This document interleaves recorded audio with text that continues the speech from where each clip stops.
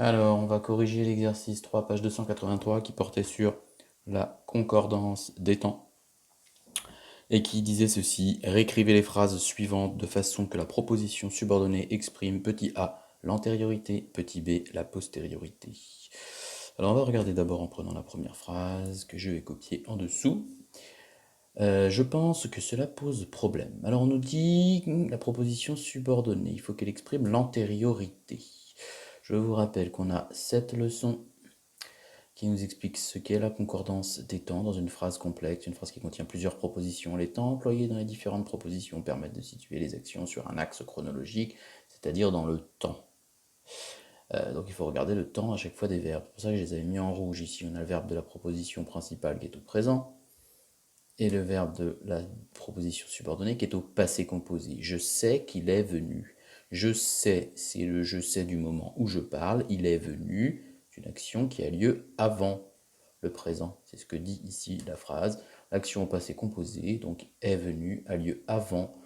Donc il s'agit d'une action antérieure, et donc c'est la notion d'antériorité ici.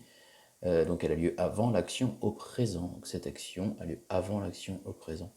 Donc, je vais revenir à mon exercice. Je pense que cela pose problème. Quelles sont mes deux propositions? Vous avez une première proposition principale. Je pense que cela pose problème. Que cela pose problème. Deuxième proposition. Eh bien, on veut maintenant exprimer l'antériorité de la subordonnée, de la proposition subordonnée. Je vais garder la proposition principale au même temps. Je vais garder le même temps dans la proposition principale. Je pense que cela est donc a posé problème. C'est aussi simple que ça, c'est-à-dire que ici, j'ai utilisé un verbe au passé composé, qui situe cette action avant celle exprimée par le verbe je pense au présent. Maintenant, si je veux exprimer la postériorité de la subordonnée, c'est-à-dire une action qui a lieu après l'action exprimée par la principale, je pense que cela posera problème. Alors c'est assez facile de se situer, j'ai mis un futur simple ici, donc l'action elle aura lieu après l'action exprimée au présent. Logique passé, présent, futur. Bon, c'est une question qui est assez simple lorsque le verbe de la proposition principale ici est au présent, puisque le point de repère c'est le présent, donc pour exprimer une action antérieure on utilise un temps du passé, une action postérieure on utilise le futur. Donc on va faire ça, en gros on va regarder toutes les phrases, je suis certain, on a du présent, je ne fais présent, ma mère croit, j'espère. Tous les verbes des propositions principales sont au présent, donc on est dans les systèmes du temps du présent. Et donc, pour exprimer l'antériorité dans la deuxième phrase ici, on va tout simplement mettre le deuxième verbe au passé. Donc, je suis certain que vous... Alors, on a regardé, vous regardez. Donc, là, on a du présent, et là, on a du présent. Donc, c'est deux actions qui sont chronologiquement, donc sur un axe du temps, simultanées, elles ont lieu en même temps. Maintenant, on veut que la seconde, elle ait eu lieu avant. Donc, je suis certain que vous avez regardé, par exemple, du passé composé, que vous avez regardé cette série. Alors, si vous écrivez, je suis certain que vous regardiez, à l'imparfait, c'était bon également.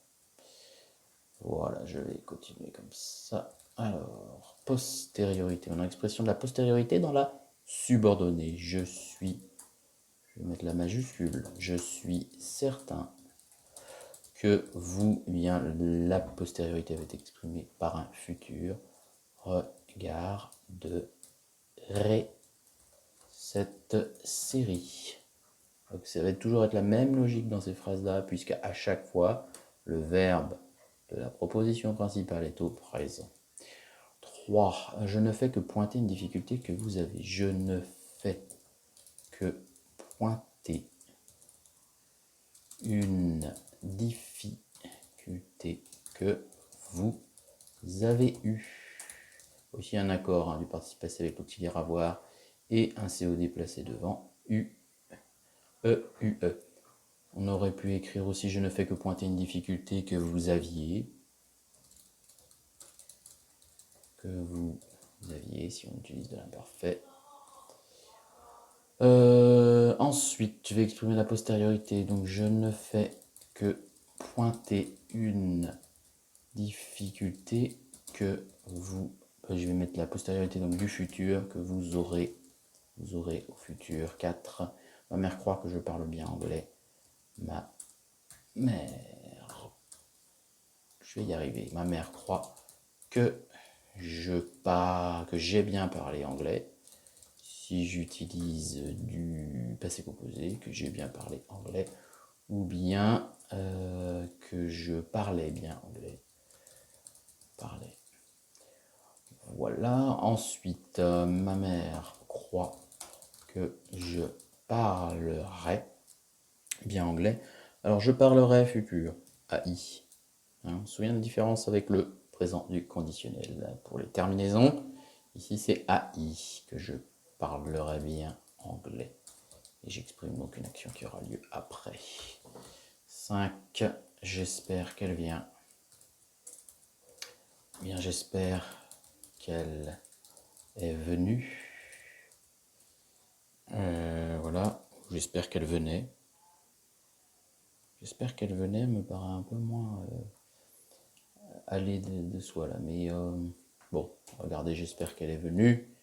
Et puis, j'espère qu'elle viendra. Ce qui compte ici, c'est de comprendre le principe avec un système des temps qu'on dit système des temps là par rapport au présent, puisque le verbe de la principale, à chaque fois, est au présent. Donc, on se situe par rapport au présent. Donc, c'est important de bien comprendre ce principe ici, puisque ensuite, je vais vous donner un exercice dans lequel le verbe des propositions principales ne sera pas au présent, mais au passé. Et pour cela, il faudra vous référer à la leçon, donc je vais vous laisser chercher par vous-même. Voilà pour l'exercice 3, page 283. Il y avait aussi le 5, mais je posterai seulement la correction à l'écrit. N'hésitez pas à regarder cette vidéo une deuxième fois, ou plusieurs fois si besoin.